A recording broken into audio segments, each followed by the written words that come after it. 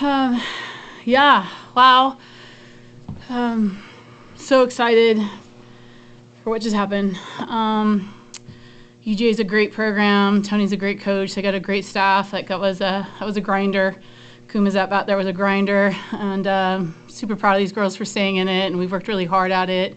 Very thankful for the NCAA and how the events have been running. Our staff, and it's just been class act the whole time, and so much fun to be a part of. And just our community. We talked about it today in our scouting meeting. Like, there's such love here, and it's literally, we talk about a core value of family, but you can feel the family atmosphere, and that's just literally in our hip pocket. It's so awesome. So I'm very proud of these girls. Matt kicked it off. It was awesome. Kat came in, closed it down, had some big swings. It was just super cool to see it all come together. So very proud of this group. Questions? I know you guys are tired of hearing questions about the Mississippi State series, but you know, after what had happened last season as well, and you know, coming here now, you know, having another tight game coming down to it at the end, does it feel a little bit sweeter this time around? Yeah. Yeah, and I want to talk about Mississippi State as long as we can, because that means we're still playing and people are asking questions about it. And if we didn't have some good heart-to-hearts, like we've had some really tough conversations individually and as a team, to be in these moments, to take a deep breath and execute a pitch, to take a deep breath and sit and hit a change-up, to do those things, because it takes trust to do that. So it's trust with yourself, it's trust with your teammates, and we've really, I think we've grown up as humans in this as a team, and because of what happened last year. So, so grateful. You don't want everyone to have failure as a grateful moment, but it made us better, and we're going to Oklahoma City now because of it. I really believe that. I guess if you'd have known walking off the field last year that you'd have 6 outs and 2-run lead and Kat Sandercock in the circle for you, felt pretty good about it to get back to where you want to go? Yeah, for sure.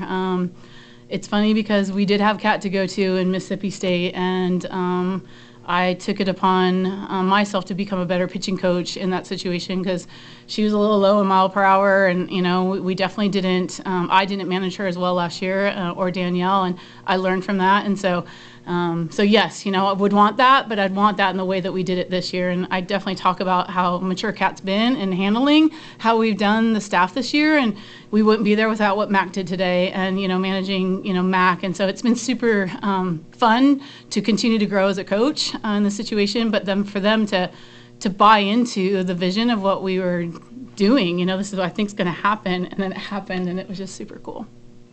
Lonni, what can you say about, I mean, the job, you knew what you were getting with that Georgia offense, your job, your pitching staff, and not just tonight, but really through 14 innings this weekend? Yeah, I can't, I don't know.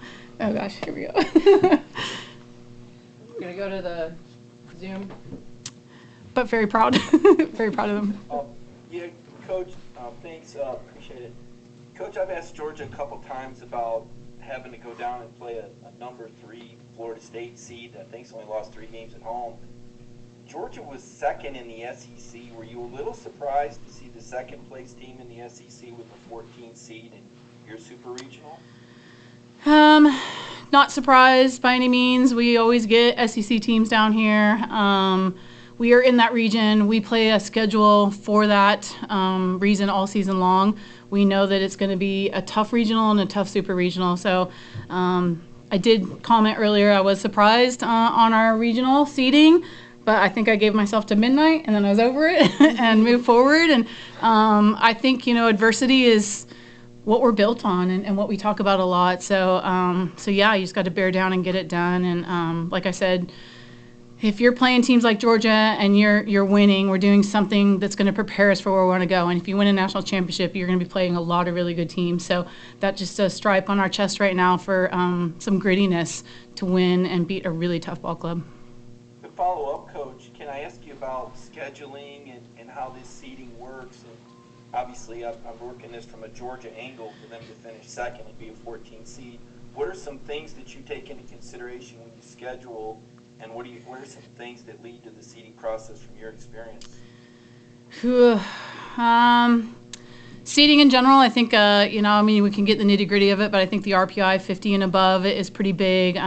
Playing teams on the road, your last 10 games, I think those are all really big. But my understanding, like the seating of the 32 teams is going to happen next year, and that could be big for us. And I know bottom line budget is a big part of it too. So I think as a coaching staff or as a coaching organization, we could be better at pushing for some things. The better we do in the game, the more people are watching on ESPN, the more people that come to events, the more that I think the NCAA funds and does things for the sport to continue to grow. So we can complain about it or, become better as an organization and as a conference. And, I think that the world loves some softball right now, and it's pretty awesome. So, but yeah, the nitty-gritty part, I wouldn't know too much about that right now. But, yeah. Ronnie, maybe the better question about your pitching staff. I mean, how validating is a weekend like this to your kind of full staff approach? You use so many arms so much this season, and it seems like, maybe a lot because of that, you kind of got so many best case scenario results from them this weekend. Yeah. I think probably like Clemson, when we threw McKenna out there to start the game against Clemson, is we've been doing start relief, and I think for Mack, trying to manage her back and figuring out where she matched up, and Kat, are you comfortable coming in? Can you close games? That was for a couple months figuring that out. But when we got into ACC and was like, okay, how do we win a 3-game series? How can we do that? And when we started Kenna that game against Clemson, just to see if we had a freshman that could do some things for us, and then how to manage lefty-righty lineups, rise ball, drop ball lineups, speed lineups, and we really put that to the test when we got into ACCs. And I think that's when it really started to show fruition. And then your defense is really locked in and playing for your pitcher's best stuff. And Ali Dubois last night knocked it out of the park, right? Come in. If it's 2 outs, 3 outs, it's making us better. And so we're all comfortable with it right now. And, I couldn't be more proud of how it's come out, of course, because we're going to the city right now. But I even think if today wasn't the result it was, I think we really had a really good plan and very comfortable with it. Mack, when did you know you were getting the ball to start today, and what were your emotions knowing you had the chance to help this team go to the next step? I was actually in the training room, and we got a notification on our phone of the starting lineup, and I was like, oh, cool.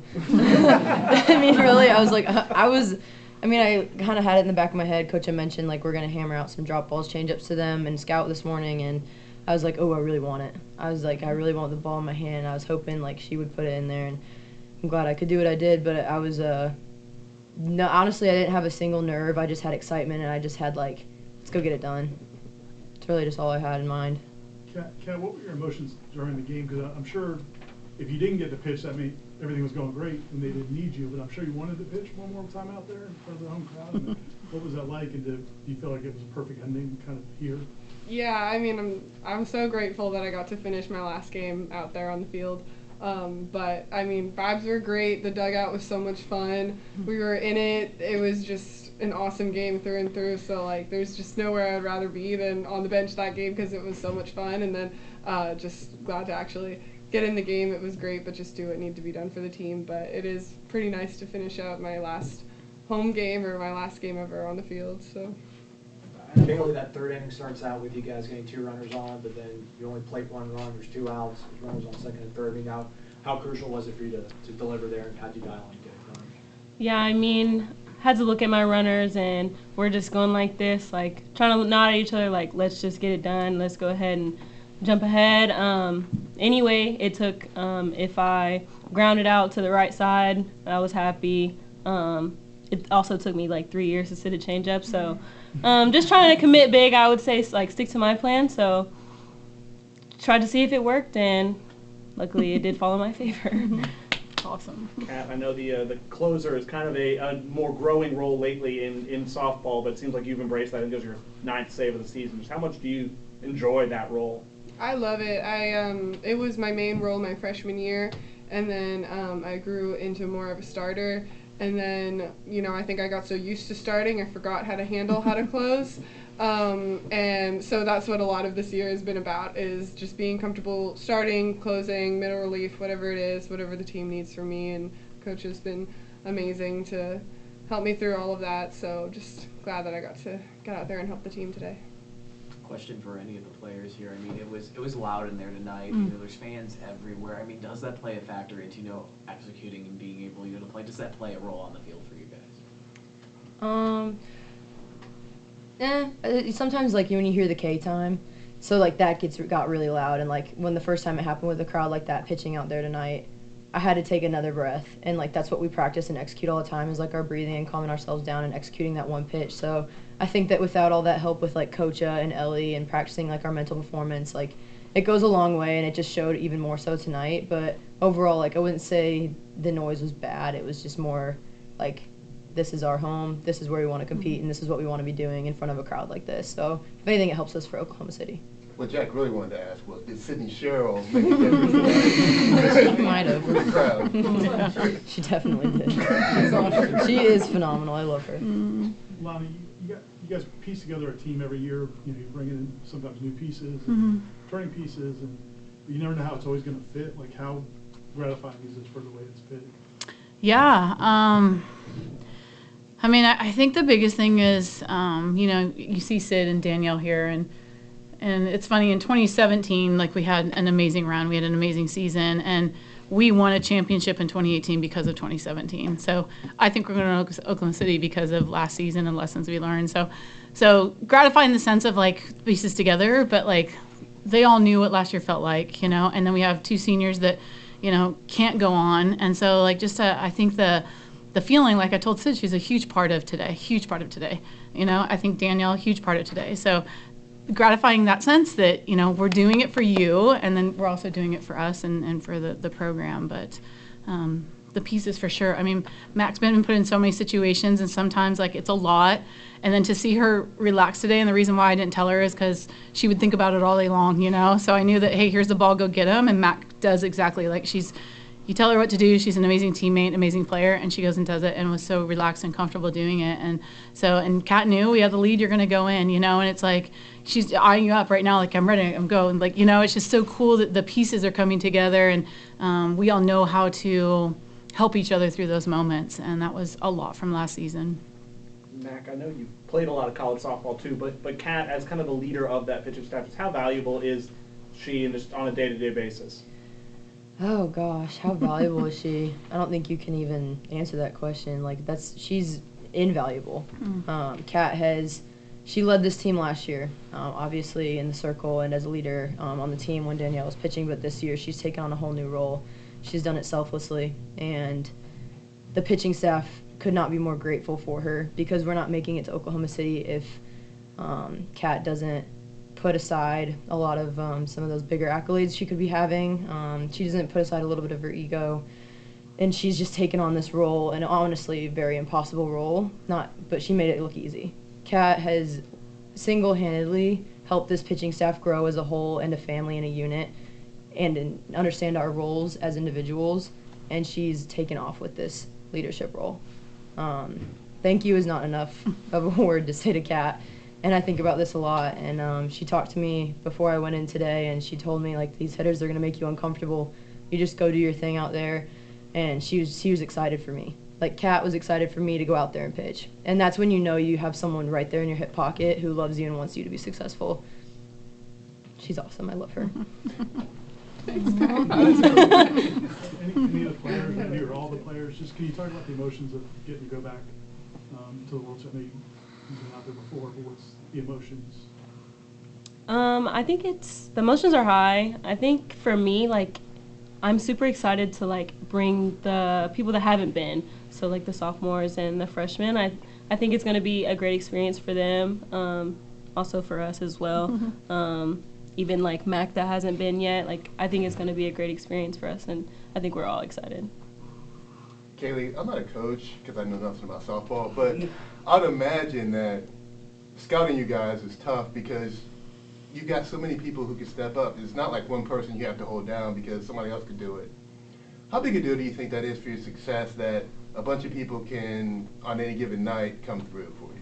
Yeah, for sure. I mean, we talk about it takes all 22 of us, even the starters and non-starters. I mean, it's Amaya, once Amaya gets, or Michaela walks, Amaya comes on, like, that's huge. She's stealing another base. It could be Autumn at times. Like, it can be anybody off the bench. I mean, it's it's really cool to like know that it could be anyone. Like, it doesn't have to be me. It doesn't have to be Kat to like win the game. It could literally be anyone. So I think that's really cool that we're super deep in our staff and our team in general. Kat, you shared a hug with Lonni at home plate after the initial team celebration. What does it mean for you knowing your career is going to end out there with her, that this is the final chapter? I mean, it's amazing. It's every senior's dream to end their career in Oklahoma City.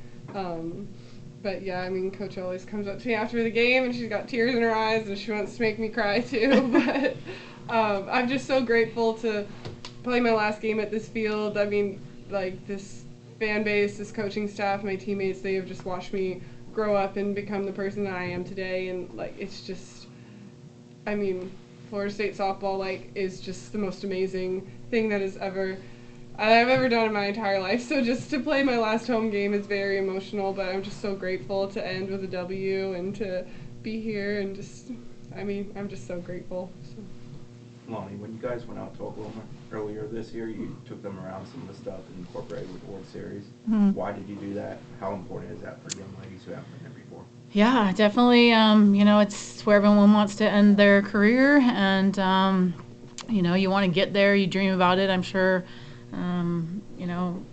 All these guys watched a game in Oklahoma City, like, I want to play there one day, right? And so to walk on the field, and it's funny, Devin wouldn't until we got back. So Devin now gets to walk on the field, but she was so superstitious. It's pretty funny. But I'd like to go down there and just talk about it. Like, this is going to take a lot of hard work, and we're going to have to beat a lot of really good teams and be in a lot of uncomfortable situations. And just to get what this journey has been about, to be able to be there is super special. And then the teams, Oklahoma State and Oklahoma, to get to play them in their home parks and feel the intensity of both the games and both the environments, and then want to play them there again is something that we talked about. So yeah, now some familiarity for those that haven't been there, but now we're stepping back on that field to compete on that field. So surreal how it's all full circle for sure.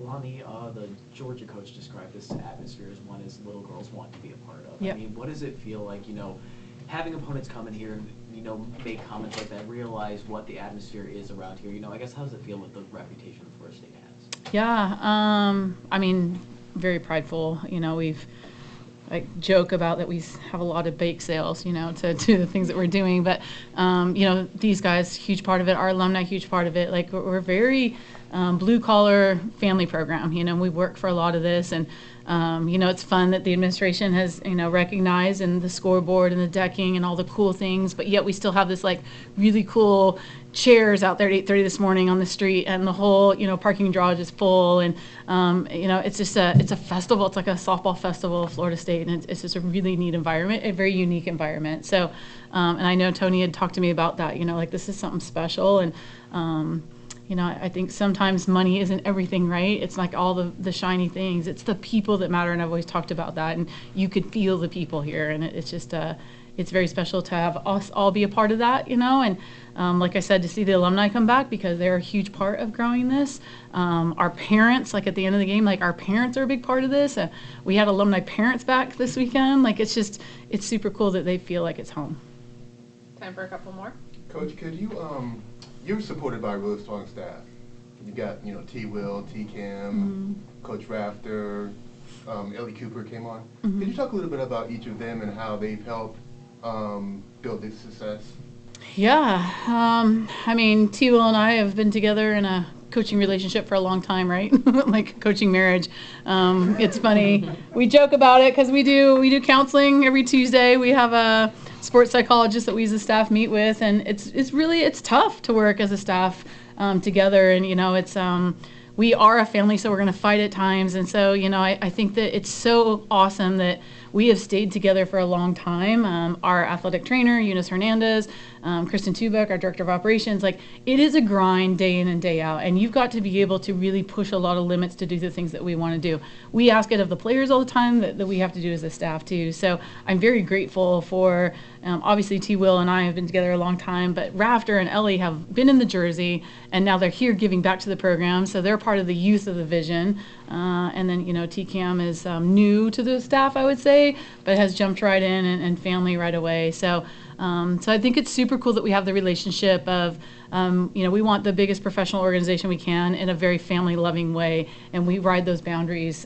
quite a bit, and we're very honest with each other and where we want to go with this place. And so it was neat to see that this weekend. Mack, I know you've been here a couple of years, but can you talk a little bit about the decision to come here and how much of it, this opportunity, having this game today and what you guys are going to do next, like how much of that was part of the decision to come here? So to start that, I was very interested in Florida State. I didn't really know who they were, like, early in my college career, and then I was introduced to them, like, the idea, and I was like, oh, like, they need a first baseman, they'd like some pitching, some hitting. I was like, okay, cool, like, would be awesome if they wanted me to come there. I actually go to Oklahoma City 2 years ago, and I get to see them play, and I'm like, wow, I want to be here, I want to play here, and I want to play on this team. So I'm like, I have to go home, and I have to wait around, and I'm still watching them play, and I'm like, wait, I have to wait for a call.